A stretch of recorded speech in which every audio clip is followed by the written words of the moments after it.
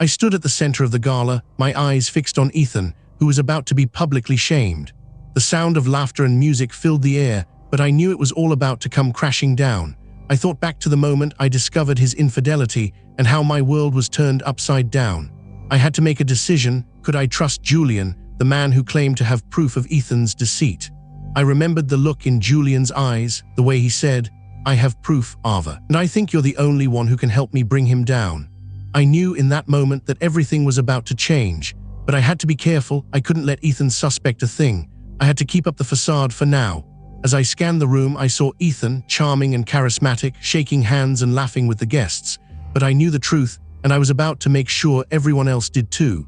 I spotted Julian, standing by the bar, his eyes locked on mine. I nodded almost imperceptibly, and he smiled.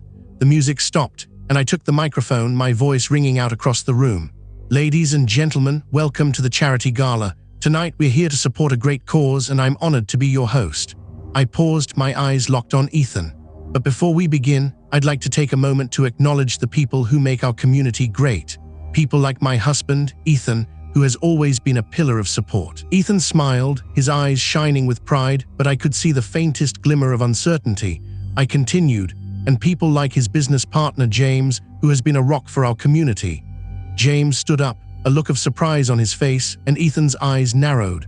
I handed the microphone to James, who cleared his throat. "Thank you, Ava, for your kind words, but I have to say I'm a little surprised to be here tonight. You see, Ethan and I have had our differences, and I'm not sure we're on the same page anymore." Ethan's face darkened, and he took a step forward. "James, what are you talking about?" Ethan asked, his voice low and even. James smiled, a cold, calculated smile. "I'm talking about the fact that you've been lying to me, Ethan. You've been lying to all of us, and I have the proof right here." James pulled out a folder filled with papers, and Ethan's eyes widened. "You're crazy, James," Ethan said, his voice rising. "I don't know what you're talking about." But James just smiled and began to read from the papers. "It seems, Ethan, that you've been embezzling funds from our company, and you've been using that money to fund your extracurricular activities." The room fell silent, and all eyes were on Ethan. I watched, a sense of satisfaction washing over me as Ethan's world began to crumble. "How dare you?" Ethan spat, his face red with rage. "You'll never be able to prove it." But James just smiled and handed the folder to one of the guests, a reporter from the local newspaper. "I think you'll find, Ethan, that the proof is all right here, and I'm sure the police will be very interested in seeing it." The reporter's eyes widened, and she began to flip through the papers. Ethan's face turned white, and he took a step back. "This is a setup," he said, his voice shaking. "Ava, you're behind this, aren't you?" I just smiled and shook my head. "I don't know what you're talking about, Ethan, but I think it's time for you to leave." The room erupted into chaos, with people shouting and pointing. Ethan's face was twisted with rage, and he lunged at James. But Julian stepped in, his eyes locked on Ethan. "I don't think so, Ethan. I think it's time for you to face the music." Ethan struggled, but Julian held him firm. The police arrived, and Ethan was led away in handcuffs.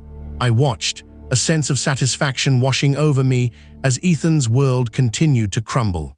But as I turned to Julian, I saw something in his eyes that made my heart skip a beat. "Ava, we're not done yet," he said, his voice low and husky. "We still have to take down the person who's been helping Ethan all along, the person who's been hiding in the shadows, pulling the strings." I felt a shiver run down my spine as I realized that Julian was talking about someone I trusted. "Who is it?" I asked, my voice barely above a whisper. Julian's eyes locked on mine, and he smiled. "You'll find out soon enough, but for now, let's just say that the game is far from over." I felt a sense of trepidation as I realized that the stakes were higher than I had ever imagined.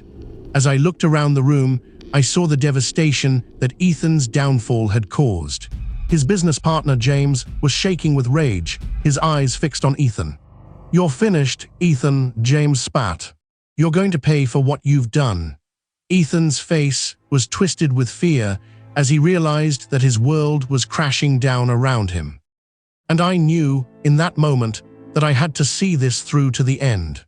I had to make sure that Ethan paid for his betrayal and that justice was served. As the police led Ethan away, James turned to me, his eyes blazing with anger.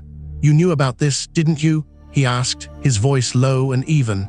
You knew about Ethan's deceit, and you're the one who's been working to bring him down. I just smiled and nodded. I knew James. And I'm glad that the truth is finally out. James's eyes narrowed, and he took a step closer to me. You're not as innocent as you seem, Ava, he said, his voice dripping with malice.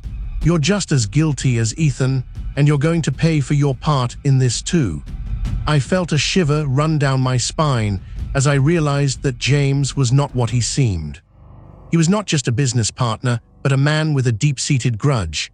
And I knew in that moment that Ethan's downfall was just the beginning. The real game was only just starting, and I was ready to play. As the room continued to erupt into chaos, I watched as Ethan's world crumbled around him. And I knew in that moment that I was one step closer to my goal.